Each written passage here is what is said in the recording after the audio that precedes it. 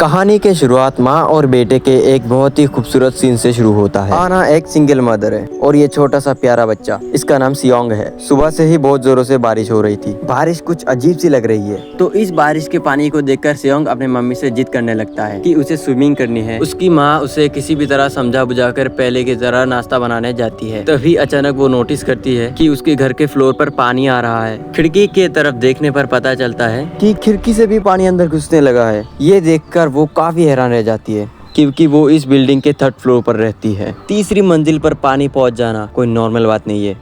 अचानक उसे सुनाई देता है कि बिल्डिंग की माइक पर अनाउंसमेंट हो रही है कि 3 मंजिल पर पानी पहुंच चुका है, इसलिए जितना जल्दी हो सके सबको ऊपर की फ्लोर पर जाने के लिए कहा जाता है।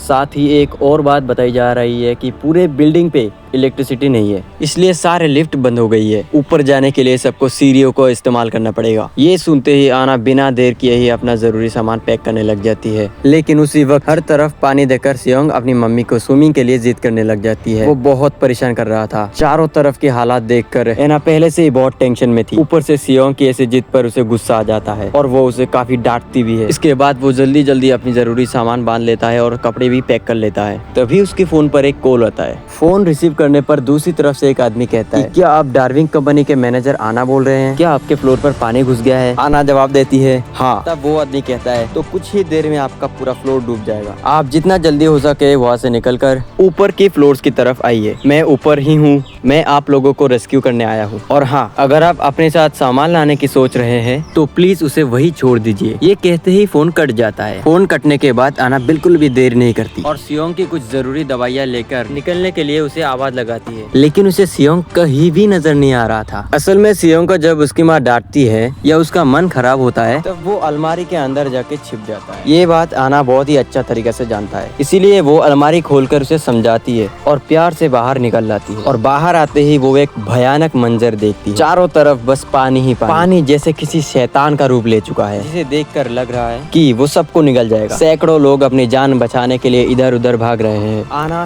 हिम्मत नहीं हारती और अपने बेटे को कंधे पे उठाकर सीढ़ियों की तरफ बढ़ती है। सीढ़ियों के पास पहुंचकर वो देखती है कि वहाँ लोगों की लंबी लाइन लगी है। अगर वो लाइन में खड़े होकर ऊपर जाने का इंतजार करती तो कुछ ही देर में पानी उन्हें बहा कर ले जाता। इसीलिए अब उसे कोई दूसरा रास्ता ढूंढना था। अचानक उसे याद आता है कि बिल्डिंग में एक और एग्जिट सीढ़ी भी है, इसीलिए वो बिना देर किए उस तरफ भागती है। दूसरी तरफ बहुत से लोग पानी के लहरों से फाइट कर नहीं सकते थे और उसमें डूब रहे थे। ऐसे हालात देखकर किसी का भी डर जाना लाजमी है और सियोंग तो अभी बस एक बच्चा है, इसीलिए उसकी माँ उसे हिम्मत देने के लिए अलग अलग कविताओं को सुनाने लगती है। यहाँ तक कि उसकी माइंड डाइवर्ट करने के लिए वे दोनों एक पसंदीदा गाना एक साथ गा रहे थे और ऊपर की तरफ जा रहे थे। सच में इसी को माँ का प्यार कहते हैं। खुद अंदर से टूटकर भी बच्चे के लिए चेहरे पर मुस्कान लाती है। वे उस सीढ़ी से काफी फ्लोर ऊपर आ जाते हैं, लेकिन तभी आना देखती है आगे की सीढ़ियों पर बहुत सारा पुराना सामान रखने की वजह से रास्ता पूरी तरह से ब्लॉक है। जैसे तैसे आना उस सीढ़ी से सियोंग को लेकर ऊपर पहुंच जाती है। ऊपर पहुंचते ही आना को सुनाई देती है कि किसी दूसरे फ्लोर से उसका नाम कोई पुकार रहा है। वो उस आवाज का जवाब देने के लिए जैसे ही पीछे मुड़ती है, देखती है कि सियोंग वहाँ से गायब है। आना बिल्कुल पागलों जैसी हो जाती है। एक तरफ इतना सारा पानी और दूसरी तरफ सैकड़ों लोगों की भीड़। आना को कुछ समझ नहीं आता कि वो क्या करे और अपने बेटे को कहाँ ढूंढे। वो पूरी तरह बेबस हो जाती है। फिर भी वो अपने बेटे को ढूंढने के लिए इधर उधर भागने लगती है। ढूंढते ढूंढते वो एक फ्लैट के अंदर पहुंच जाती है। तभी उसकी नजर खिड़की की तरफ पड़ती है। फिर वो जो देखती है उसे देखकर किसी भी नॉर्मल व्यक्ति का दिमाग बंद हो जाना कोई आम बात है। वो देखती है कि एक पहाड़ जैसी दानव जैसी लहर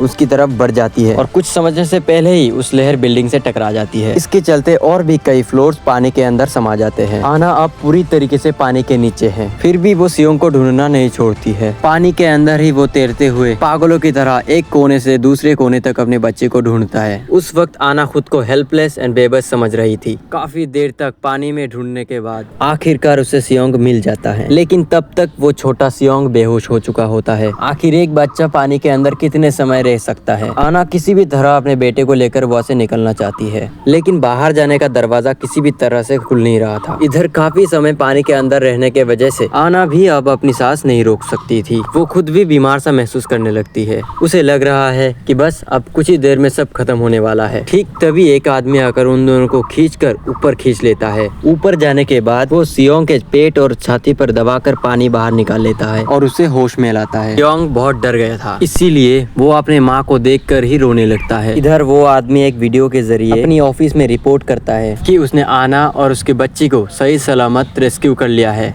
अब तक आपको लग रहा होगा कि ये आदमी सिर्फ आना और उसके बच्चे को ही क्यों बचाने आया है। अगर आप पार्ट 2 देखना चाहते हो तो इस वीडियो को लाइक एंड चैनल को सब्सक्राइब करके कमेंट में पार्ट 2 लिख देना।